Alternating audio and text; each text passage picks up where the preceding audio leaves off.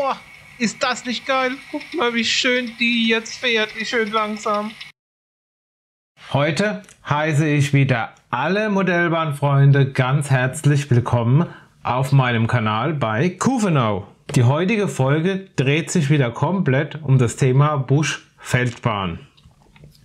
Und zwar ist es ja so, dass normal, wenn wir die Busch-Feldbahnen kaufen, sind die ja maximal für 3 Volt ausgelegt. Das heißt, wir haben hier dieses Schaltpult, ja, und können hier entweder so rumschalten oder so rum. Und dann entweder fährt sie vorwärts oder fährt sie rückwärts. Jetzt ist es aber so, dass ich bei meinem Projekt, das ich eventuell angehen werde, die Dinger gerne digital fahren lassen wollte. Ja, heißt also, ich würde die gerne digital ansteuern können.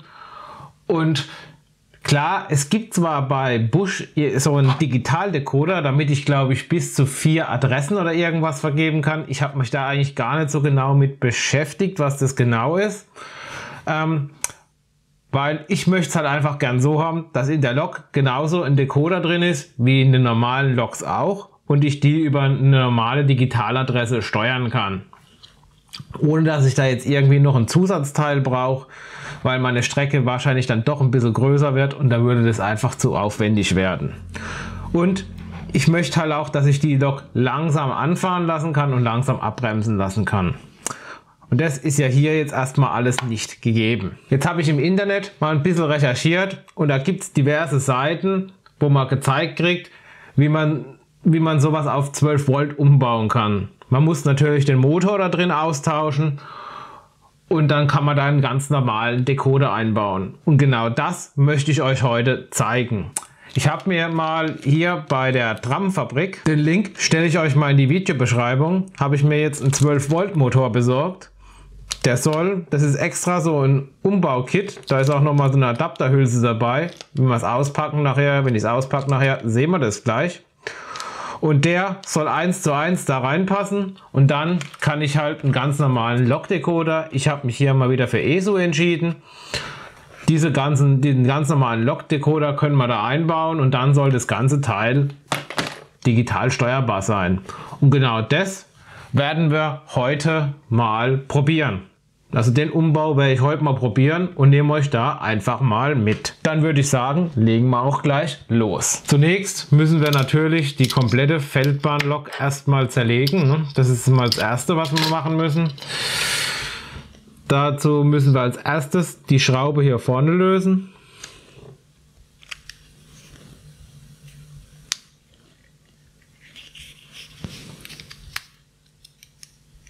Na komm schon.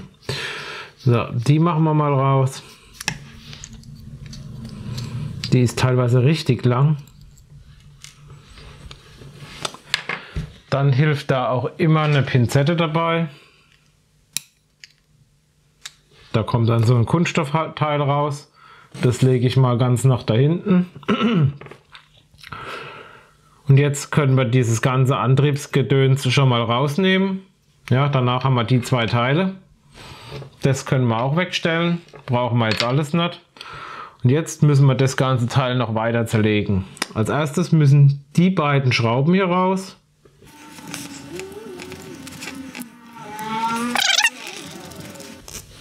So. Und dann ist hier noch ein Splint drin. Auch den müssen wir wieder rausdrücken. Den müssen wir rausdrücken. Dann kann man den gerade so rausziehen. Das legen wir jetzt auch mal alles gleich nach hinten. Brauchen wir jetzt nicht. Und jetzt können wir quasi diesen Motorblock, ich nenne es jetzt mal Motorblock, weil da ist eigentlich nur noch der Motor drin und das ist dann das Fahrwerk. Jetzt können wir das Teil komplett, da sieht man auch die Stromabnehmer, das Teil können wir jetzt komplett rausnehmen. Da oben nehmen wir auch noch diese Kunststoffkappe ab.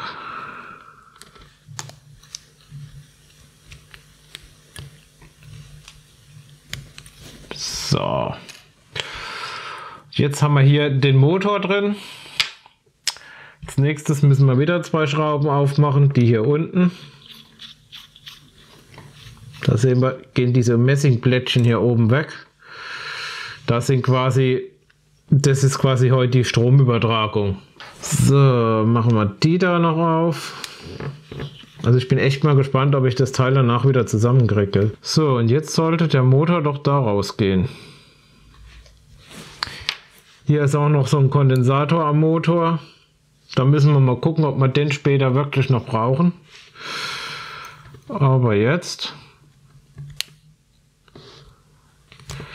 Genau, jetzt kann man das Teil hier rausziehen. Hier sehen wir jetzt dieses Ritzel. Das werden wir nachher wieder brauchen.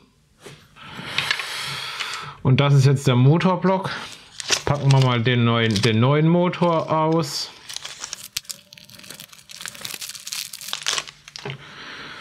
Legen den mal daneben. Dann sehen wir, ja, der ist minimal länger.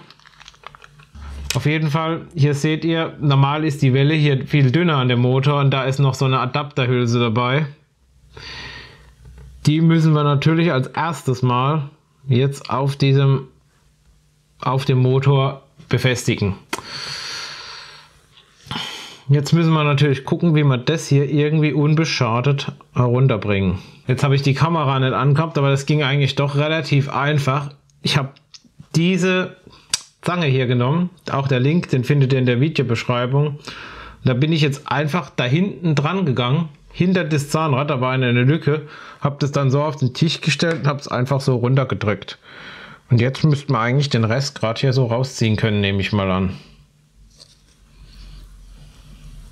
Auf jeden Fall, was ihr definitiv vermeiden müsst, ist das so zu nehmen. Da drückt ihr nur die Zahnflanken kaputt und dann könnt ihr das Zahnrad gerade vergessen. Zack, weg ist es. Seht ihr? So. Jetzt müssen wir das ganze Gedöns hier zusammensetzen. Was ich mir auch jetzt noch angefertigt habe, was ich mit drüber machen will, ist so eine kleine Schwungmasse hier. Ob die wirklich was bringt, weiß ich nicht. Ich bilde mir es einfach ein, dass es was bringt, wenn der Motor eine kleine Schwungmasse hat. Ich kann euch mal kurz zeigen. Die hat jetzt wirklich kein großes Gewicht, das Teil. Ich hoffe, man sieht es wieder auf der Waage. Aber das Teil hat gerade mal 0,5 Gramm. Aber warum nicht? 0,5 Gramm, wenn die rotieren, die bringen vielleicht doch ein bisschen was. So, ich hoffe, ihr könnt es jetzt alles relativ gut sehen auf der Drehbank. Ich gehe mal noch ein bisschen zurück. Das Ganze wird sich jetzt hier abspielen, also das müsste eigentlich soweit passen. Wichtig ist, wenn ich so Tätigkeiten mache, ich will ja jetzt nichts drehen, ich will ja bloß was aufziehen, dann gehe ich auf jeden Fall her und tue die Drehbank abschalten. Ja, die ist hier hinten jetzt ausgeschaltet, ich kann euch das auch mal zeigen, ihr seht, ich kann hier einen ausschalten, da passiert nichts, das Ding fängt nicht an zu laufen. Das ist schon mal wichtig. So, dann gehen wir mal her, nehmen den Motor und setzen den hier ins Drei-Backen-Futter ein. Hier ist jetzt halt wichtig, dass er genau mittig zentrisch sitzt. Und jetzt ist wirklich Gefühl gefragt. Ja? Wir legen jetzt hier das Drei-Backen-Futter nur leicht an. Nicht zudrücken wie ein Weltmeister, weil dann macht er den Motor kaputt. Jetzt nehme ich diese dünne Welle und schiebe die erstmal hier drauf. Die soll ja dann so hier drauf. Und fahre mit meinem Bohrfutter hier ran, drehe das auf und schnapp mir hier diese Messingbuchse.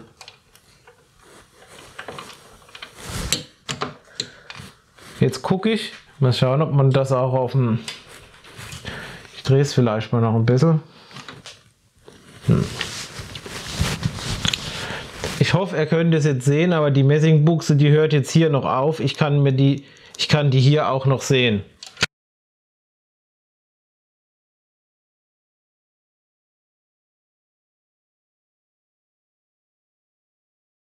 Ja, das ist für mich jetzt wichtig, dass wenn ich das hier drauf verschiebe, damit ich sehe, wie weit ich hier drauf fahren muss. Jetzt nehme ich meine Schraubensicherung, meine Loctite Schraubensicherung, mache mir auf den Schraubenzieher hier einen kleinen Tropfen drauf, der kann auch ruhig ein bisschen größer sein, und gehe aber hier auf meine Buchse. Ja, und lass den so, tu den quasi auf das Loch von der Buchse drauf machen. Ja, dann zieht sich das Ganze nämlich rein.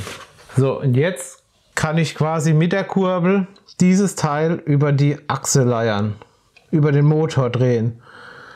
Und sehe jetzt, wenn das Teil hier hinten rausguckt, ganz leicht, dann höre ich auf. Und so lasse ich es jetzt erstmal ein bisschen stehen, dass es quasi trocknen kann. Oder ja, trocknen, dass es aushärten kann. Und dann machen wir weiter. Nach kurzer Trockenzeit ist das Ganze jetzt fest. Jetzt können wir hier vorne unser Bohrfutter lösen und das Ganze nach hinten wegschieben. Und jetzt haben wir hier die Hülse sauber aufgetragen, aufgezogen, verklebt mit der Schraubensicherung. Natürlich könnte ich jetzt gleich weitermachen und könnte hier meine Schwungmasse aufziehen. Doch bevor ich das jetzt mache, nehme ich das Ganze erst nochmal raus und gucke mir das Ganze nochmal an der Lok an, stecke das einfach mal alles zusammen, um zu gucken, wie das Ganze dann später aussieht, ob das auch wirklich alles so passt, bevor ich das alles aufgezogen habe. Und am Ende heißt es dann April, ne? Da haben wir jetzt unseren Motor. Jetzt stecken wir einfach mal das hier hinten drauf. Das hebt natürlich jetzt nicht, aber das stört mich jetzt erstmal nicht. Schauen wir mal, auch das hier natürlich ganz locker. Jetzt versuchen wir mal den ganzen Spaß hier reinzuschieben. Mal gucken, ob wir das Ganze jetzt auch da vorne in das Kugellager reinkriegen. Das sieht schon mal alles sehr gut aus. Wichtig ist jetzt, dass es hier vorne, ja, also wenn ich das Ganze jetzt reinschiebe, sollte natürlich das Ganze hier vorne nicht so weit rausgucken. Ne? Ich guck mal, ihr seht es jetzt, das steht jetzt natürlich zu weit raus. Jetzt gehe ich einfach mal her und schiebe das Ganze hier so zurück, dass das Ganze hier wieder bündig ist. Jetzt setze ich das mal, also ich vermute mal, dass diese Welle hier, also das Zahnrad hier vorne hin muss, und dann kann natürlich meine Schwungmasse, die kann natürlich auch ziemlich da vorne, die hätte sogar noch ein bisschen größer sein können, sieht man jetzt gerade, aber die kann dann natürlich da vorne hin. Jetzt hängen wir das Ganze mal testweise hier rein, schauen uns das Ganze an. Ja, das sieht doch gut aus, würde ich sagen. Jetzt werde ich mal so 10 Volt auf den Motor geben und nach kurzer Zeit werde ich dann die Spannung wegnehmen und dann schauen wir einfach mal, wie lange der Motor braucht, bis er zum Stehen kommt. Ich werde das Ganze mit einem Timer mitlaufen lassen. Ich denke, man hat es jetzt relativ gut gesehen. Der Motor kommt nach ca. 140 Millisekunden zum Stehen. Jetzt mache ich mal die Schwungmasse drauf und danach gucken wir uns das gleiche wieder an. Die Montage der Schwungmasse verläuft im Prinzip genauso wie eben mit der Hülse. Zunächst kommt etwas Schraubensicherung in die Bohrung von der Schwungmasse rein. Der einzige Unterschied ist jetzt, dass ich hier einen 1 mm starken Kunststoffstreifen genommen habe, den ich zwischen den Motor und die Schwungmasse geklemmt habe, damit eben zwischen Motor und Schwungmasse da ein bisschen Abstand ist. Sorry übrigens wegen den blöden Bildern, aber irgendwie habe ich es leider nicht anders hingekriegt. Das Ganze muss natürlich jetzt erst wieder etwas aushärten. So, das Ganze sieht jetzt so aus. Jetzt geben wir mal wieder 10 Volt drauf. Und schauen einfach mal, ob diese geringe Schwungmasse tatsächlich was gebracht hat.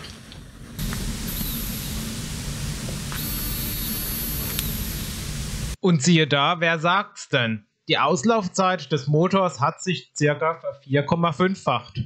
Ein nicht mal so schlechter Wert, wenn man bedenkt, dass die Schwungmasse lediglich 0,5 Gramm wiegt. Dann machen wir jetzt weiter mit dem Zahnrad. Das muss ja jetzt hier bei 2 mm hier vorne drauf. Ich habe den Motor schon mal eingespannt. Hier seht ihr das Zahnrad schon drauf. Und jetzt bei dem Zahnrad ist es folgendermaßen. Ich kann jetzt schlecht das Zahnrad mit dem Bohrfutter packen. Wird nicht funktionieren. Ich drücke mir da vorne die Zähne kaputt. Heißt also, da kann ich diese Version schon mal gar nicht anwenden. Jetzt kann ich natürlich schlecht in dem Zahnrad hier innen drin die Schraubensicherung reinmachen, weil das Zeug sollte man nicht unbedingt an die Finger kriegen. Und mit der Pinzette da drauf machen, ja, da habe ich einfach zu viel Schiss, dass man das Teil dann irgendwo fortfliegt. Deshalb schiebe ich das jetzt erst ganz zurück, also ganz an die Schwungmasse dran. Jetzt mache ich einen Tropfen Schraubensicherung auf die Welle vor dem Zahnrad. Und jetzt brauche ich bloß noch den Schraubenzieher ein bisschen sauber machen. Und dann brauche ich das ganze Teil bloß vorzuziehen. Und schon saugt sich das in diese Lücke rein. Abschließend brauche ich dann nur noch meinen 0,8 mm starken Kunststoffstreifen zwischen Zahnrad und Schwungmasse schieben und mit dem Bohrfutter gegenpressen. Eine nicht so ganz optimale Lösung, wie sich gleich im weiteren Verlauf des Videos zeigen wird. So sieht das Ganze jetzt aus. Also eigentlich bin ich hier schon ziemlich zufrieden mit, muss ich sagen. Doch halt, stopp, nee. Da muss ich jetzt gleich mal einschreiten. Ich zoome mal etwas näher heran. Wenn ihr jetzt ganz genau schaut, dann könnt ihr erkennen, dass nämlich das Zahnrad nicht parallel mit der Schwungmasse läuft, also so, sondern dass das Zahnrad ganz leicht schräg auf der Welle, also auf der einen Seite etwas näher zur Schwungmasse sitzt. Moment, das zeige ich euch jetzt auch nochmal. Und das hatte dann zur Folge, dass die Lok nach dem ersten Zusammenbau wirklich bescheiden lief. Und warum das jetzt passiert ist, zeige ich euch jetzt. Und zwar kann ich euch das jetzt leider nicht mehr am Originalteil zeigen, weil das ist ja schon längst eingebaut. Und ich kann die Lok jetzt schlecht nochmal zerlegen. Deshalb mache ich das jetzt alles mal hier am Modell und habe einfach mal hier jetzt ein Zahnrad, das so ähnlich ist wie das, was, also ja, das halt so ähnlich ist wie jetzt das, was auf der in der Lok drin ist. Zumindest den Effekt macht das gleiche. Und zwar, wenn wir jetzt hier so unsere Achse haben und stecken jetzt da das Zahnrad drauf, dann kann man erkennen, dass diese Bohrungen von den Zahnrädern meistens ein bisschen größer sind. Ja, und das sorgt einfach dafür, man sieht es jetzt hier schön, dass das Zahnrad auf der Welle so hin und her kippelt. Ja? Und genau das war auch mein Problem. Habe ich ja die Schwungmasse mit dem Bohrfutter so gegriffen, ja, und habe das so gehalten, kann ich das ja hier bei dem Zahnrad nicht machen, weil sonst würde ich mir hier die Zähne kaputt machen. Deshalb bin ich ja hergegangen und habe hier quasi von der Seite meinen Abstandsklotz reingelegt und habe dann hier das Zahnrad so dagegen gedrückt. Ja, und jetzt kann man es hier, glaube ich, schon ganz gut erkennen, dass nämlich dann bei dem Drücken nämlich Folgendes passiert ist, dass dann das Zahnrad gekippt ist. Ja, weil ja dieser Abstandsklotz, der wirkt ja nur auf die Seite, auf die hintere Seite, auf die vordere nicht. Und durch das, dass ich dann mit dem Bohrfutter so dagegen gedrückt habe, ist mein Zahnrad hier gekippt.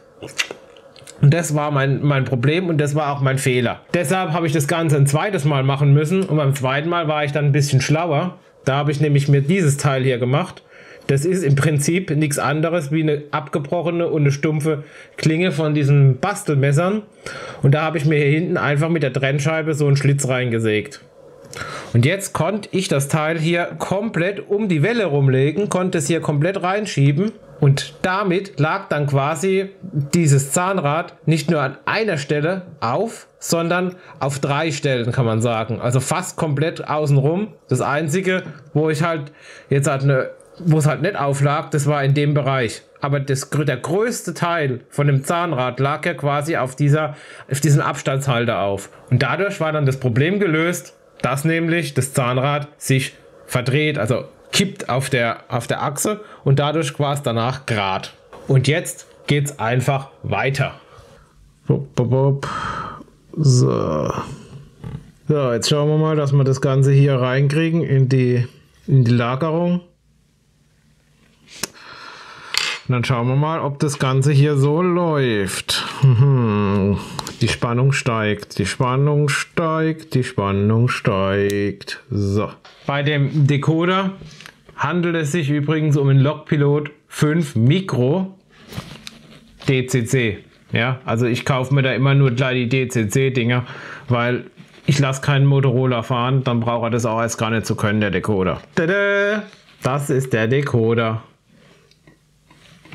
So groß ist das Teil.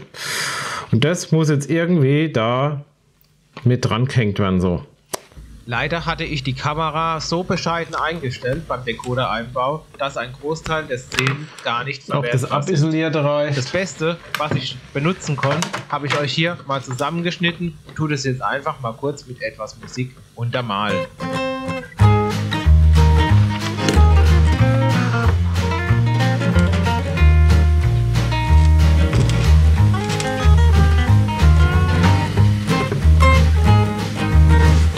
So, also auch die Motordrähte, die schneide ich mal ganz kurz hier ab.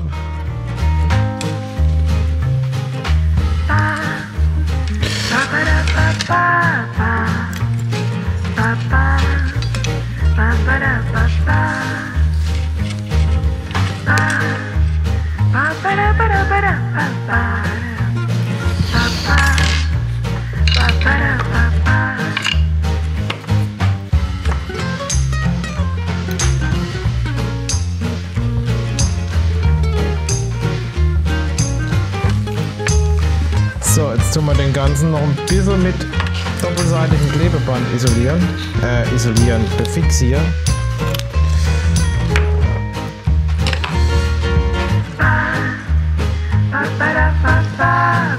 So. Ich hoffe, dass das ganze Ding jetzt nachher noch in die Lok reinpasst. Wir werden sie natürlich jetzt erstmal laufen lassen und mal testen, wie sie läuft. Und dann werden wir den ganzen anderen Kram zusammen machen.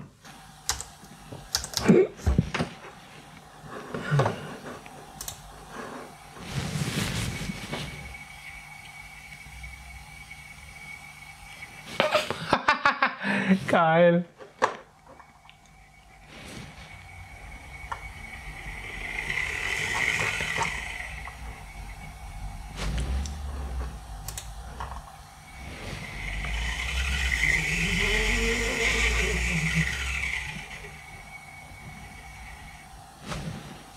Okay.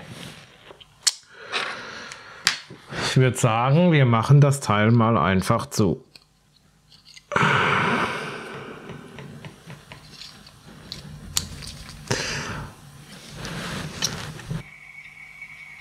Also ich muss schon sagen, von den Fahreigenschaften bin ich wirklich total begeistert. Es ist ja wirklich Wahnsinn, wie langsam die Lok und wie feinfühlig man diese winzige Lok jetzt steuern kann. Einfach brutal.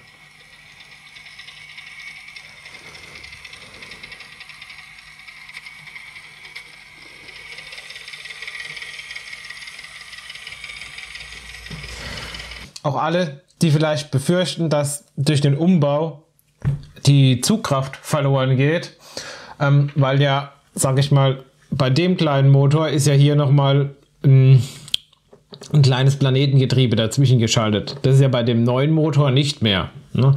Könnte man ja sich vorstellen, naja, da geht jetzt ein bisschen Zugkraft verloren. Ne? Auch deshalb habe ich jetzt nochmal hier meinen Testaufbau gemacht mit der extremen Steigung von 18%. Jetzt gucken wir einfach mal, ob das Ding da hochfährt noch.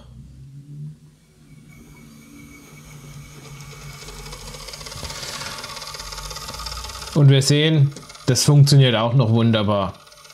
Ja, also auch an der Zugkraft habe ich keine Einbußen durch den Umbau. Wichtig ist noch beim Zusammenbauen, da war ja bisher, oder da kommt ja normal, kommt ja hier vorne dieses Teil rein und da kommt eine Schraube durch. Mit dem Teil können wir ja die Feldbahnlok zumachen, dass es nicht mehr, zusammen bleibt. Hier ist allerdings jetzt das Problem, die Schraube hier ist sehr, sehr lang. Ja, wenn ich mir einfach mal angucke, ich gehe jetzt mal eher und nehme mal an,